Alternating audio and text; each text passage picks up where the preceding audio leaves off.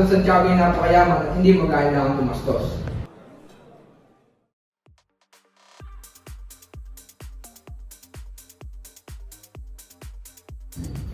Nakakayabot ang bansang ito. Ayaw ko na sa mga tao. Gandaan yung mga padre. Nasa bagong tayo ng isang medyo. Tama, baka makadamdam si Kapitan Tiago. Hindi na tinuturing ni Tiago ang sarili niyang Indio. Malayong-malayo na siya sa kanyang sarili. Hindi naman siguro kasi saklap ang nangyari sa inyo, ang sa amin. Naku, pagkaaksaya ka lang ng pera. Wala kang ibang kakainin kundi tinola at tutulog ng hindi masaya.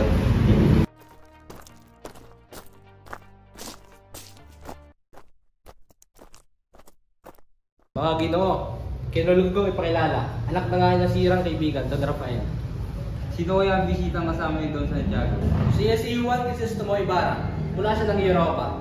Sinundo ko siya mula sa kanyang paglalakbay. Pinagagano ko po kayong makilalang lahat. Aba, Padre Damaso, ang kura ng San Diego. Pinagagano kong makita ang isa sa matalik na kaibigan ng aking ama. Aba, mukhang nagkakamali ata. Paumanhin ko, reverensya. Hindi ka nagkakamali iyo. Ngunit kailanman ay hindi ko naging matalik na kaibigan ng iyong ama. Ikaw pala ang anak ng nasirang si Don Rafael Ibarra. Gracias, Senyor. Sa mabait na taong iyong ama, nakilala ko siya at masasabi kong isa siya sa mga kagalang-galang ng mamamayan ng Pilipinas. Maraming salamat po. Napawi ng inyong papuri ang aking mga duda tungkol sa kanya.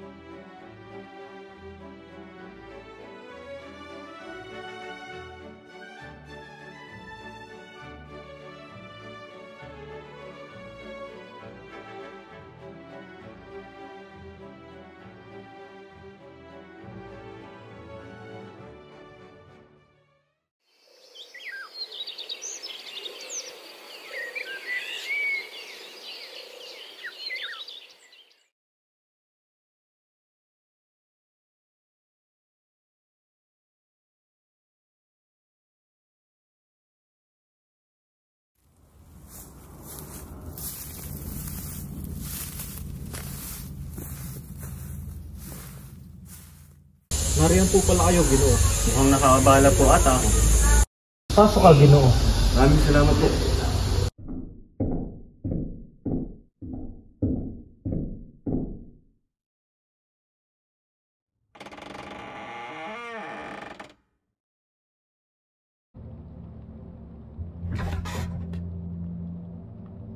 May paglilingkod po ba ako sa inyo?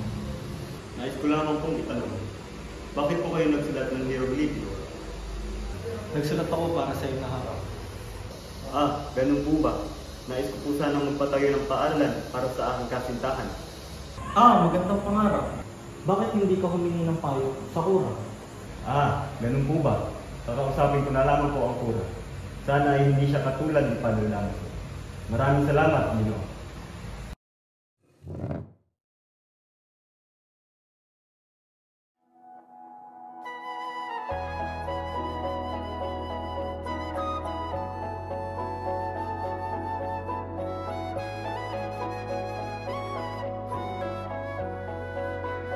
Hayaang alalayan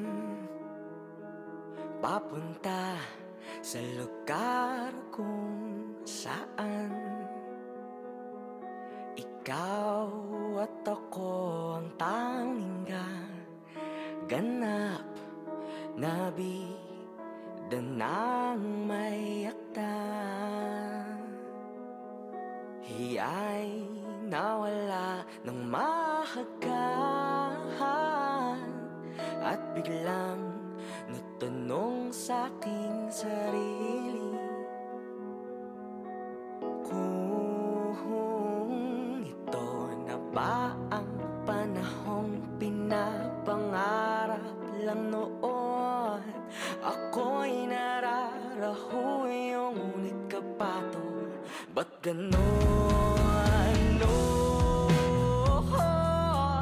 hawakan mo ako, damhin mo ang pag-ibig ko sa'yo.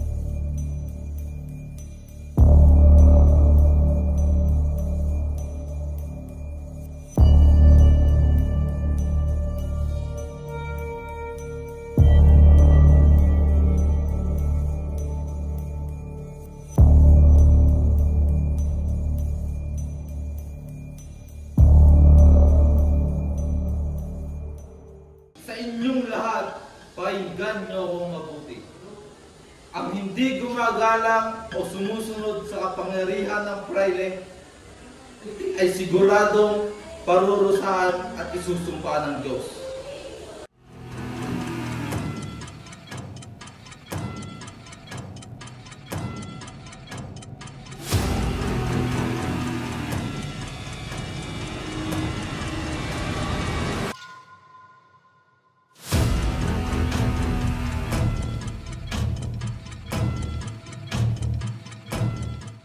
Mag-ingat ka, Senyor Ibarra. Marami nagtatangka sa buhay mo.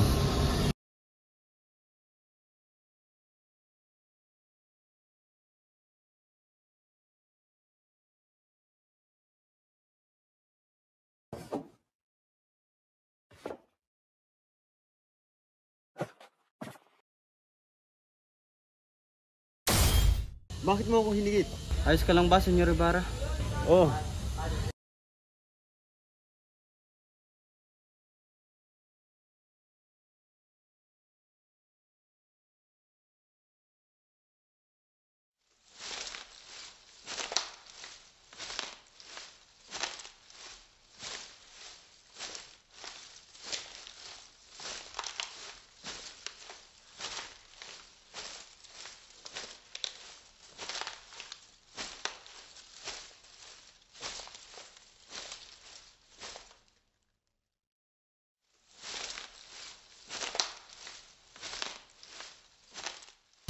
ito ang libingan ng aking ama. Hindi ako maaring magkamali.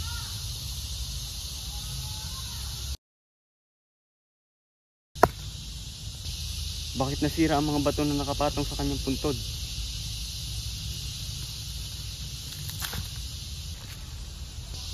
Nawawala ang labi ng aking ama.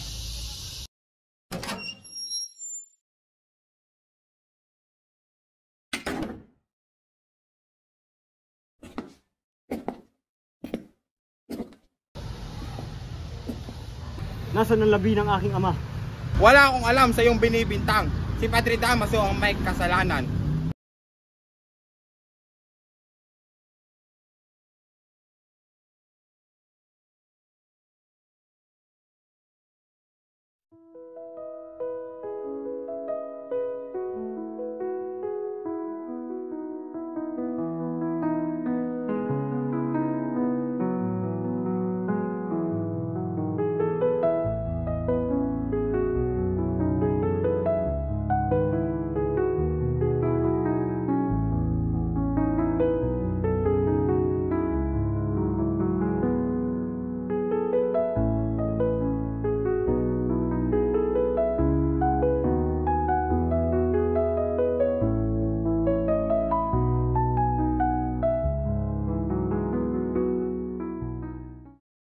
Napakaganda naman ang ginawa mo, Ginoong.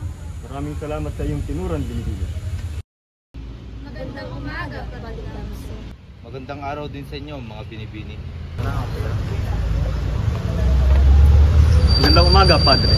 Maraming salamat sa iyong pagdating. Walang duda magiging mamamatay tao ka katulad ng iyong ama. Wala kang karapatang para pagsalitaan ng aking ama.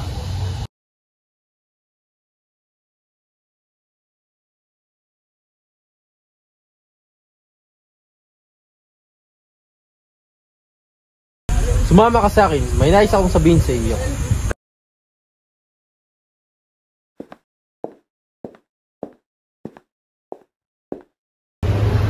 Ano pong nais mong sabihin sa akin?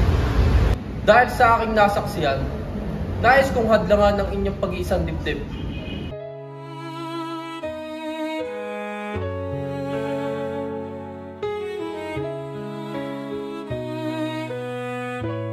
Sige po, kung yun po ang inyong nais.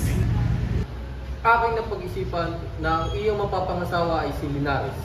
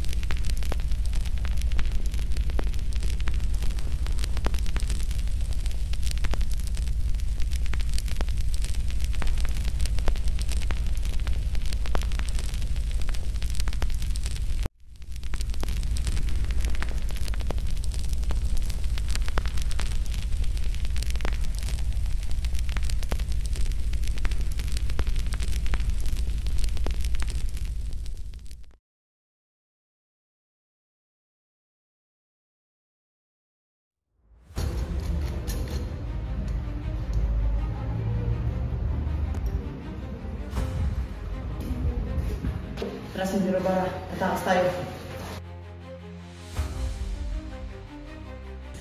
Mga biyag, tumatakas!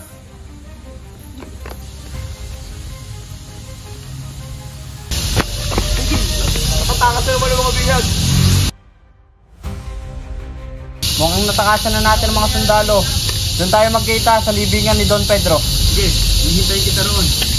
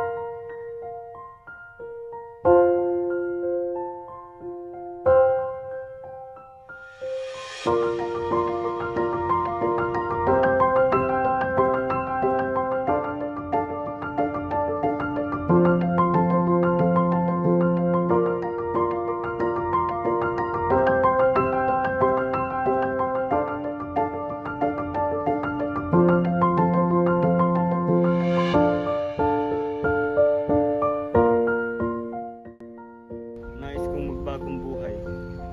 Kailangan kong magpalit ng aking pagkakilanlan.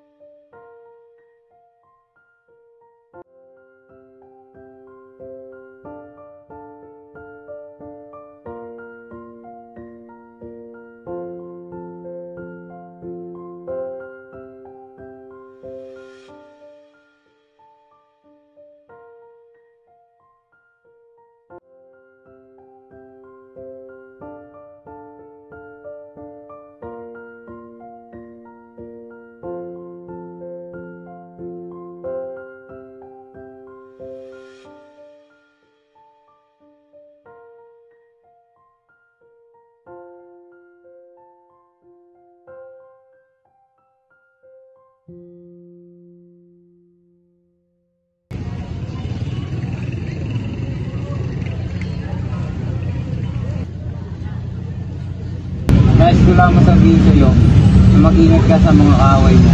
Yung nangyari sa iyong ama ay isang aral para sa iyo. Walang kaaway ang aking ama. Hindi mo din ako mantingin. minsan ang labis na kapanatagan ay nagdudulot sa kapahamakan. Ang iyong ama ay mabait na tao, ngunit sa kanya na ibang filosofiya, siya ay kinamuhian ng mga tao. At siya ay binansagang irehe at pilibustero ni Padre Damaso.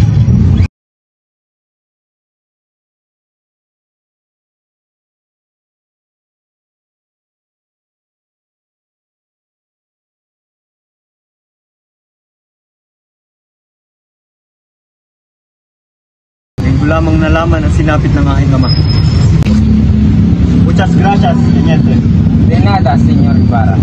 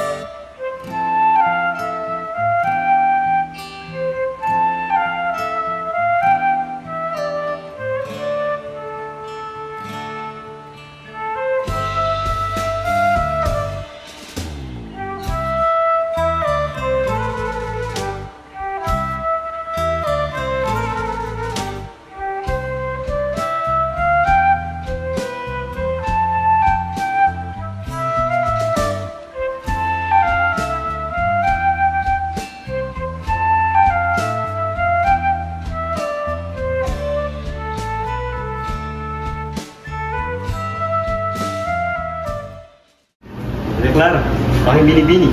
Narito ka na pala, Ibarra.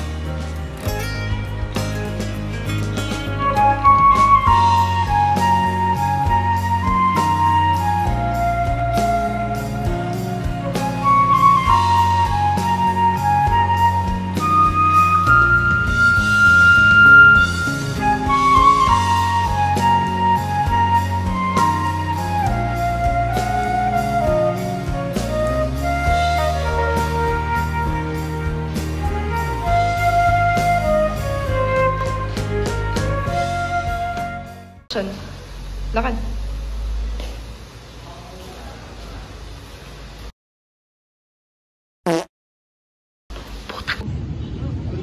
What? Ulit. Nakalimutan ko, babe. Nais ko lang sabihin sa iyo. Go. Maria Clara, aking binibini. Narito ka na pala, Ibarra. 1.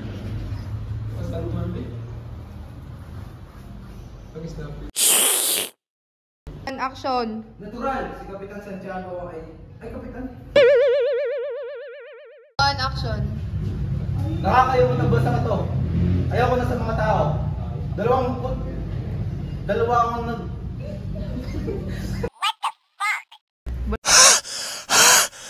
Long. Sino kaya ang bisita? 1 action. Siya si... Ulit!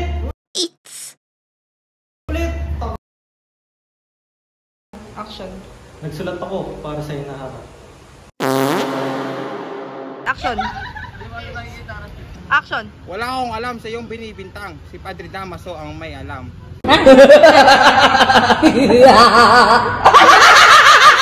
Action.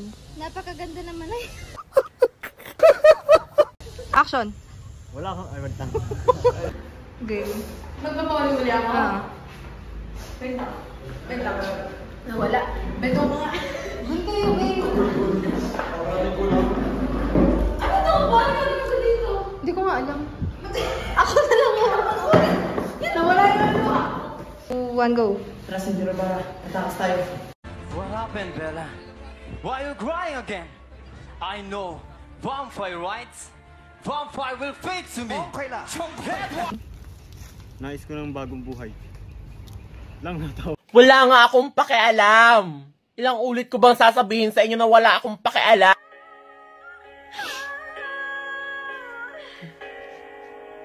Action. Hindi na tinuturing ni Tiago ang sarili niyang inyo. Malayo-malayo na siya sa kanyang sarili. Hindi naman siguro kasi saklap ang nangyari sa inyo, ang sa amin. Naku, magkaaksaya ka lang ng pera. Wala kang ibang kakainin kundi tinola at tutulog ng hindi masaya. 1 action. Gracias, senyor.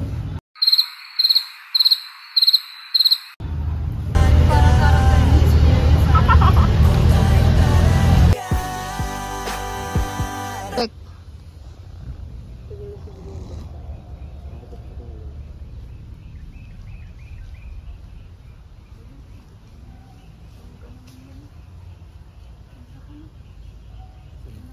Isa. Si Bagi po. Lipat ako. Oo. Lipat. Hindi na ba nakalimutan ka? Kung tayo